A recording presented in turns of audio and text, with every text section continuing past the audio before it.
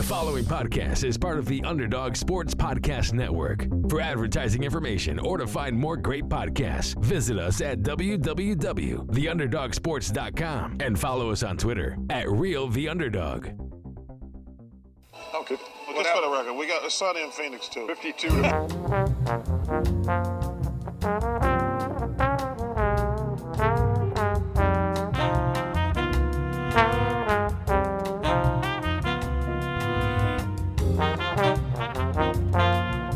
Hello, everybody, and welcome to the Sunny in Phoenix podcast, a weekly podcast where we keep you up to date on everything Phoenix Suns basketball. My name is Charlie Erling, and as always, I'm joined by Mitch Krmpotich. I don't know about you, but I feel hot. I don't know about you, but I feel good. Yes, it's definitely getting warm here in Phoenix. I'm sure most of you listeners are probably from the area and are hunkered down in your air-conditioned homes as well. But this time on the podcast, we're going to be talking about all the new free agents that came to the Phoenix Suns. Most of them pretty quickly as soon as free agency opened up. So we'll touch on all those guys. After that, we'll talk about the Summer League, where we are making our return in just a day here. Very excited about that. But we'll talk about the three guys on the actual pro team who will be getting some minutes in Vegas. You can follow us on Twitter at Sunny and PHX Pod, but you know my feelings on Twitter, and it got worse since the last time we recorded. In the last 2 weeks, Twitter got even worse. So, I'm on it even less than before. So, you can still follow us though, or don't. We're not on Threads. I'm not doing it. I don't like it.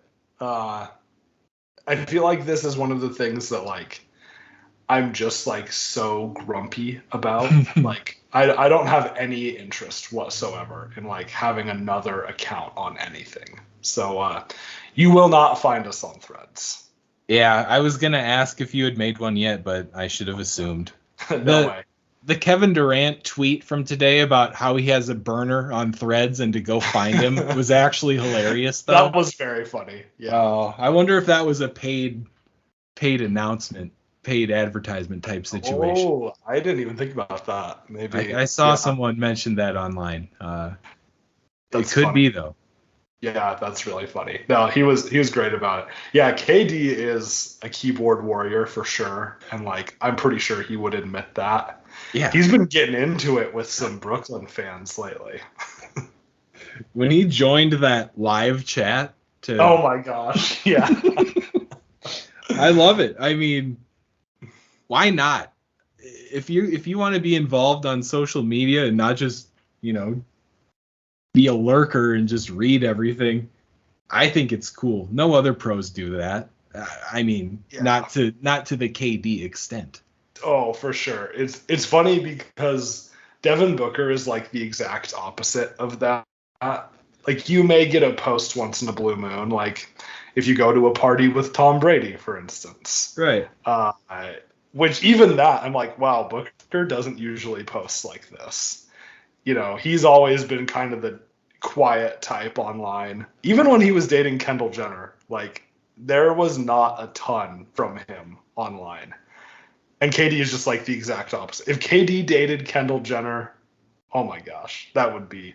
If he dated a Kardashian, which we have to pray that doesn't happen, we do not need that, it would be a social media mess.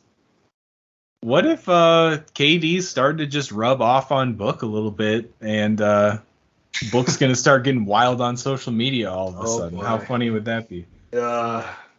I'm not... That does not sound appealing to me at all. Well, no, and it'd be terrible because Booker is an alpha dog. He's confident. Right. And trash talker. I'm sure it would upset a lot of people, but I'd watch. I'd read. Oh, yeah. Oh, absolutely. Yeah, it would be the get your popcorn kind of situation. But, yeah, I don't foresee that happening. But yeah, anyway, don't find us on Threads because you won't. Nice. All right. Well, after all that, let's talk about these new free agents. And we'll talk about the most recent one to sign first of all, the biggest name of the group. Eric Gordon is finally a Phoenix Sun. What is it, 10 years in the making? Something, maybe 11. 10 or 11. Yeah, 11. Mm-hmm. Oh, yep. Boy. It's good to have him. I mean, great shooter, ball handler. I mean, I'm really interested in what we do with him. Like, does he start? Probably not. But, nah. I mean, there's going to be he's going to be a finisher for sure. Yeah, it's going to be interesting how we use him. But more than anything, I mean, rangy shooter, good ball handler. I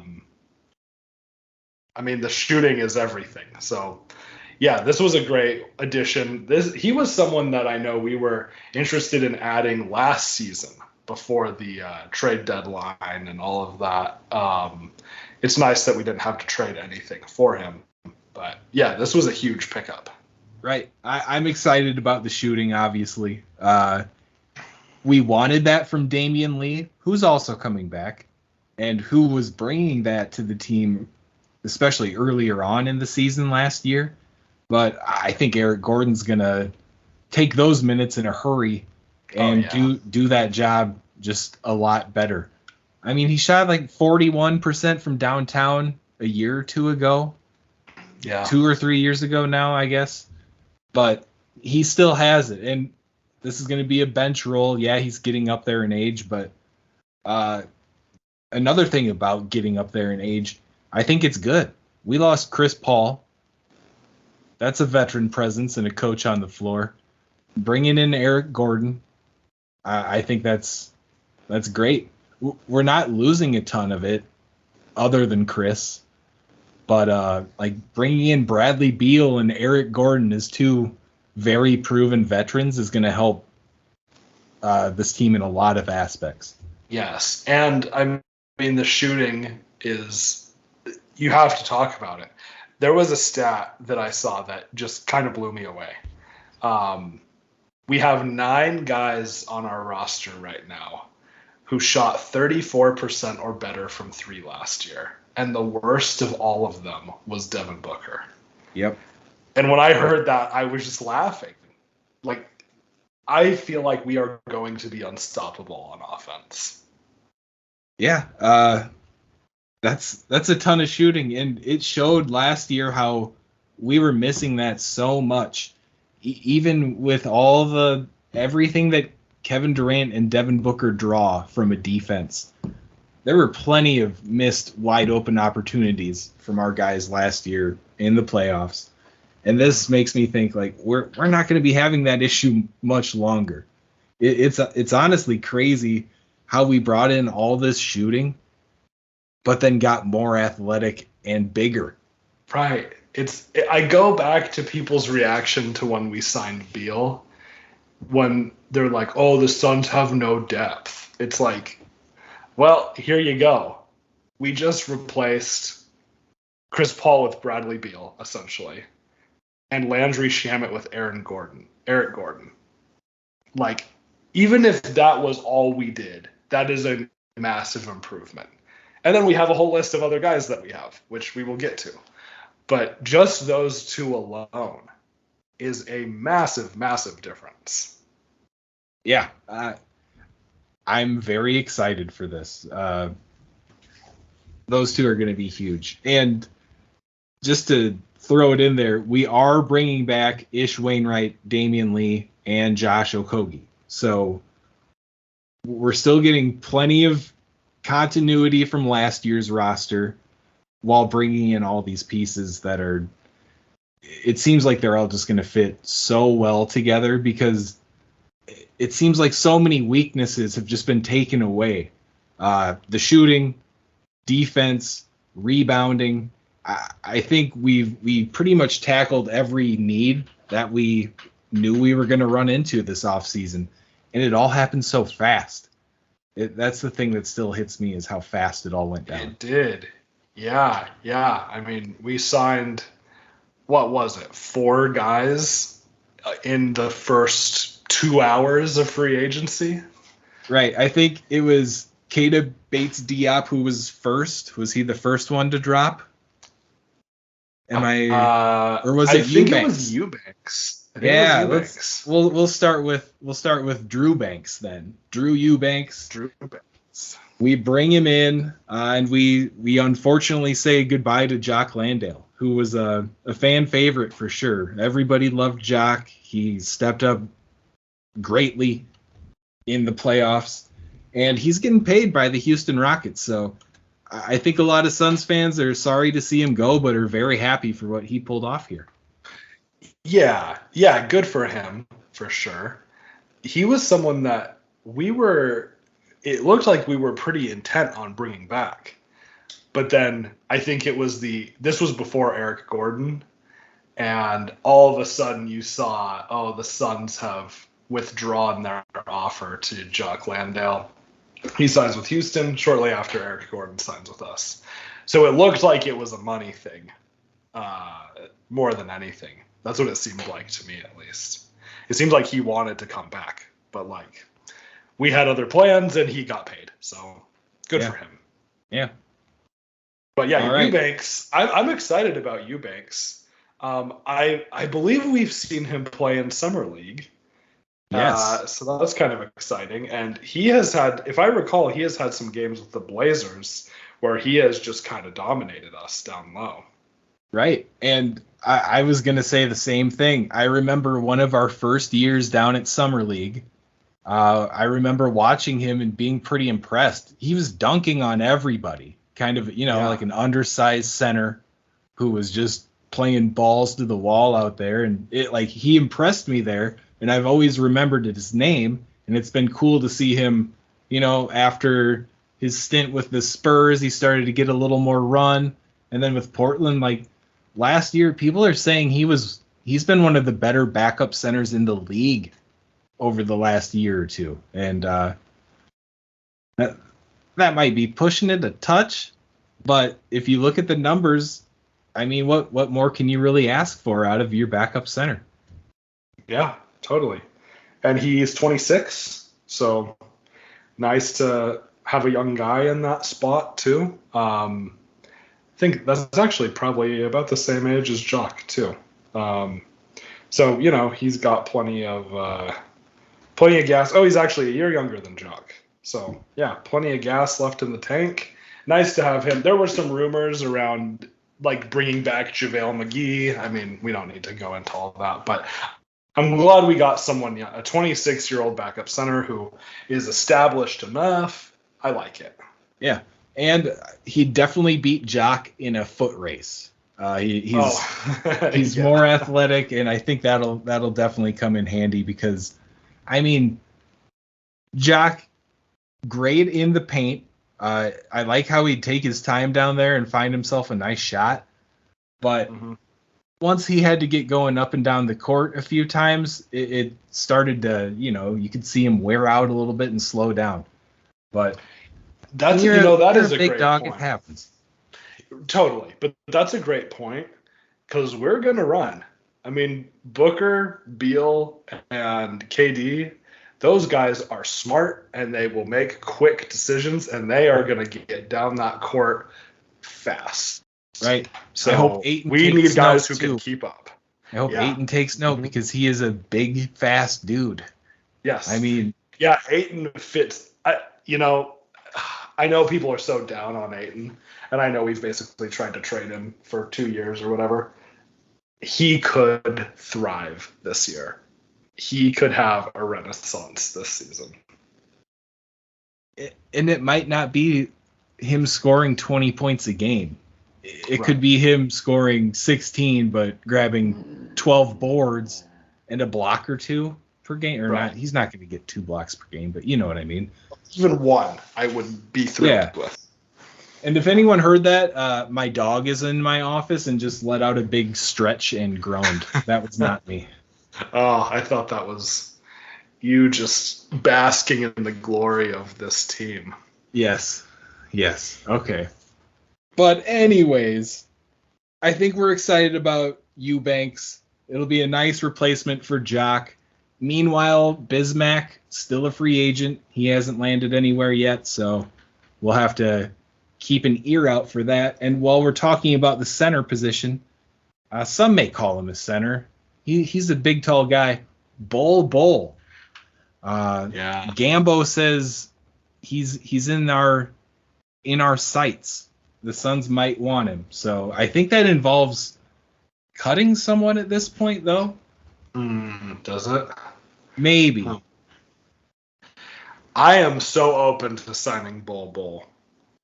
I would be. He was someone that I was actually hoping. The second I saw that, that the Magic released him. The second I saw that, I was like, oh yeah, bring him over. Like, stay in the South, just go way west. Like that. I would be very excited about bringing Bol in.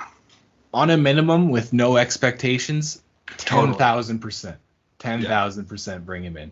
And if we do have to get rid of someone, and don't quote me on that, I should probably know this, but I've been a little foggy with all of our free agents because I feel like some of the guys who we retained, there were no announcements about. Yeah. Maybe, that's my bad, but I'm interested. Summer League might tell us some of this. If we see a couple of these new guys on the Summer League roster really struggle, that might give us an answer if we have to waive someone. I mean, I know he's also kind of a fan favorite, but Ish Wainwright, I mean, he's just not that great. So no, there's a purpose out there for Ish Wainwright on a basketball court, but I don't think it's something that should happen for 10 minutes a game or even 5 minutes a game, honestly. Right. But, end of the bench guy, whatever. But if you really like Bol, who's damn near a foot taller, right, take a chance. Yeah. And the pedigree. I mean, just the name alone. Oh, yeah. True. Okay. Let's go back, talk about some more Bates-Diop. Keita Bates-Diop from Ohio State in college. He's kind of come on the scene over the last year or two as just a very solid all-around player who can do a little bit of everything. Great size, fill your wing spot or power forward. I think he's just going to be one of those guys who flawlessly fits in. I could see him starting at small forward over Okogie. I know people I could too. think that might be a thing. I know a lot of people think Yuta might be a potential starter too, but if it were me, I'm putting my money on Bates-Diop here. I really liked him out of college. Super athletic. I mean, I think he was put in some maybe not so great situations because with the Spurs, they just weren't very good, yada, yada, yada. I think you're right. I think he could just totally slot right in. And, his athleticism is going to lend itself very well to how we're trying to play this year. So I was really excited to see this one. Good defender, too. And he shot 39% from downtown last year. Boom. On Love just 2 attempts per game. But, that is solid. Well, and talk about slotting right in. 2 attempts a game for someone like him is probably going to be a lot. Especially if he's starting. True. The ball is going to have a hard time hitting every hand for plenty of shots per game. I mean, with Beal now, what's going to happen to Book and KD? How many shots are they going to be getting per game? It's just, who knows? Whoever starts at small forward is going to take like 2 or 3 shots per game, probably. Yeah, and they're going to be wide open too. Oh yeah. So they better make them. Exactly. I want our starting small forward to have 9 points a game on 3 wide open threes. Yes. Just another general note about Bates-Diop here. He'll be 28 this year, and it seems like we really focused on guys who have been in the league for a few years, who know what it takes to be a professional basketball player, and they still have juice. This is a little less true for Eric Gordon, but I mean the guys that we signed at the beginning of free agency, I say they all fall into that role. Totally. Yeah, that 26 to 28 age range, enough experience, but still plenty fresh. Yeah, absolutely. All right, and then Yuta Watanabe from Japan. Obviously, this guy is a shooter, and I mean that's a theme with all the guys we just signed, obviously, and with the team as a whole. But this guy is a professional shooter, and when we talk about, think of all the open opportunities these guys are going to get, I want this guy standing in the corner hitting about 3 threes per night, please. Yeah. And he played with KD in Brooklyn. Seems like they got along well. Seems like KD wanted him here. Super cool. Love having that connection. Yeah, I was thrilled to see you to sign with us too.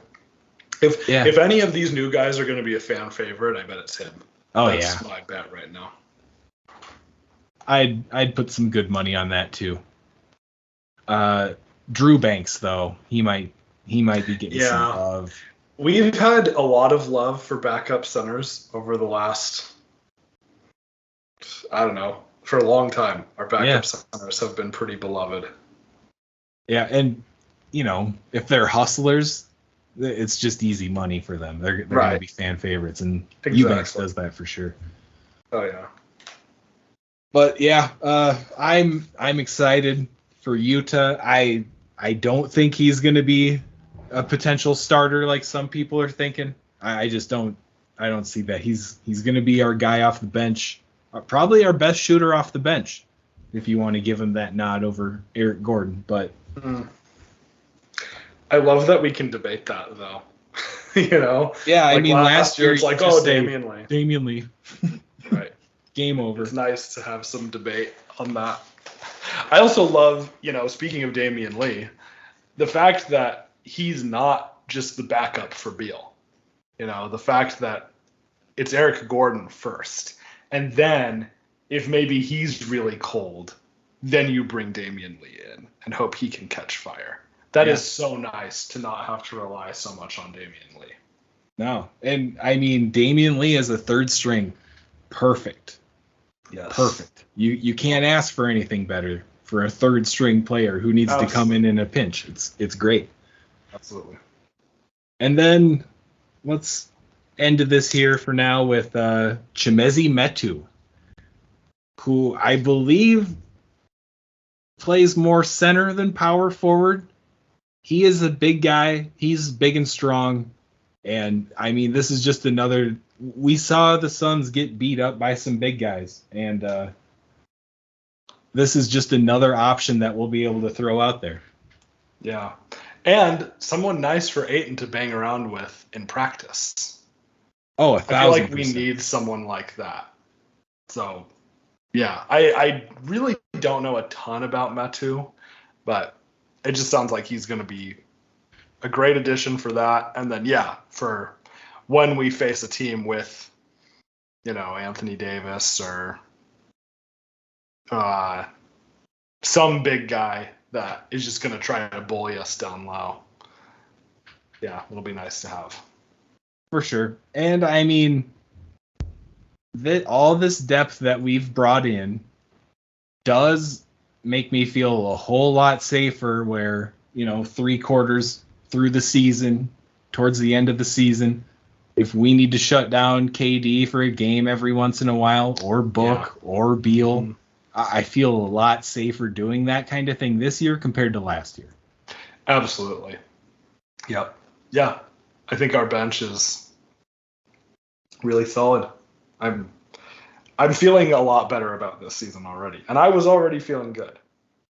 Yep. And man, I'll just end it with one thing that I'm most excited about with all these new guys, and it goes in hand with the Bradley Beal trade. I am ready for the era of Chris Paul reliance to be over. Oh my gosh, yes. Oh, I know. I mean, he did so much for us. Chris Paul was hard, huge for us. Yeah, it's like hard to say that without saying like if Right. Chris weren't here the last few years, we wouldn't be in this position. Totally. But you're so right. I mean, last season, seeing him just pound the ball, 30 feet away from the basket until there was 5 seconds left on the shot clock was just painful, especially once KD got there. Oh my gosh, painful. So yeah, I'm excited for this new look team. For sure. All right, let's just briefly talk about Summer League before we hit the road to Vegas. Yeah, so I'm excited. The 3 guys that we're excited to see: Toumani Camara, our rookie, and then 2 guys that also came over in the Beal trade, Jordan Goodwin and Isaiah Todd. So those are the guys who could potentially get minutes for the actual Suns this year that are on the roster. And I'd say that's better than it has been the last couple of years. Feels like we haven't hardly sent anybody down to Vegas, but yeah, here we go. We have a draft pick playing. That's exciting. Yeah, I'm excited. I mean, last year especially, we didn't have any. Last year I was like the least invested in Summer League ever, and part of that was just what was happening in my life. But we didn't have anyone on the Summer League team who was even gonna get a chance at being on our bench. So this is nice because all 3 of these guys, Camara, Goodwin, and Todd, are signed to deals. So it's going to be cool to see them. I hope they just tear it up, especially Goodwin and Todd, given that they have some NBA experience already. I want to see those guys tear it up. Yeah, I think I just love when guys can get the spotlight who haven't had the spotlight lately, or it's just not what their NBA role is going to be. I still like watching what they can do. It's fun. Yeah. It might not mean anything for our NBA season, the 23-24 season, but I mean, if Toumani Camara goes out there and dunks on everybody and has 20 points a game, that'd be great. That would be great. And would I expect him to go earn 15 minutes on the Suns roster in the regular season? No. But, that's what Summer League's for. And I'm happy we're bringing these 3 guys at least, because if you look at some of the other Summer League rosters, they're just jacked with talent. There's going to be some really good teams like the Thunder. The Thunder are insane. Yeah, chat. Or the Kings. Keegan Murray is playing for the Kings, who was playing in the playoffs 2 months ago. He had 41 last game, I think. Yeah. That's crazy. Hilarious. I'm a big Jalen Williams fan. He had 20-something in his debut, and I don't know. I'm just so excited, and even these Utah games and the Cali Classic, it's not the same. It needs to be down in Vegas, and we will be there soon. Yeah, and I mean, we've talked about this many times before, but Summer League is just the best super fan experience. You will run into someone.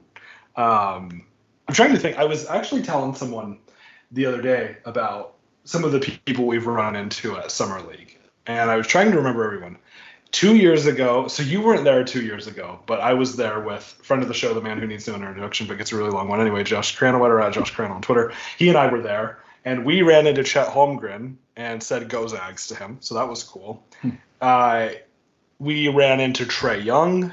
We ran into David Aldridge. We've run into Kevin Ray.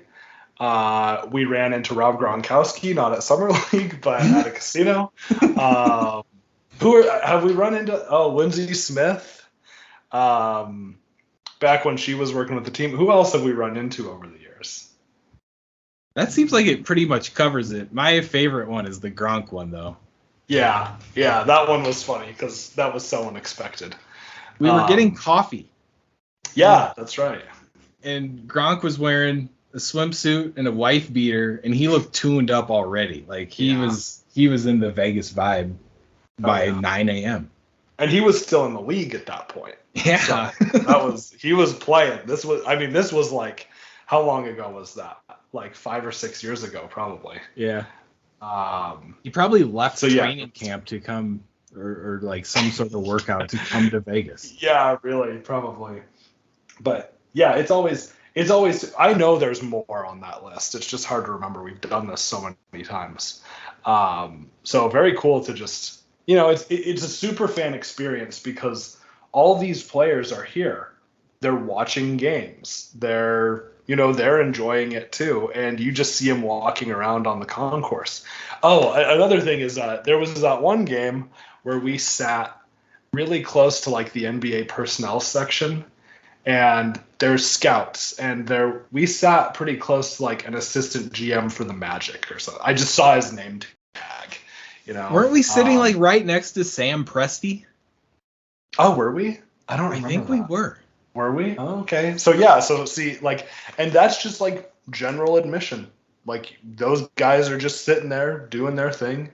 And be nice to them. Don't bother them or anything. Most of them are like pretty willing to say hi, but we didn't even talk to him. We just sort of like, oh, I think I know who that is. So that's why it's such a cool super fan experience, because those guys are just there walking around enjoying it.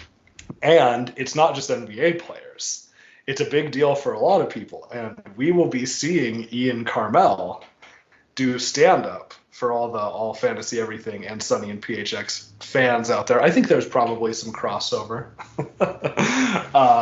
Gotta be. So yeah, we're pretty pumped to see him perform, and I know he's said on AFE like, I'm just gonna be at Summer League during the day and then performing at night. So like that's an example. A lot of people, I know we were at that game. Oh, maybe that was me and Josh. There was a game where LiAngelo Ball was playing for the Hornets. Or was it LaMelo? I think it was LiAngelo. It was 2 years ago. So yeah, I don't remember. Maybe it was both of them. Anyway, we went to that game, and it was in the small gym. It was in the, what did they call the small gym? Cox Pavilion. Cox Pavilion, thank you.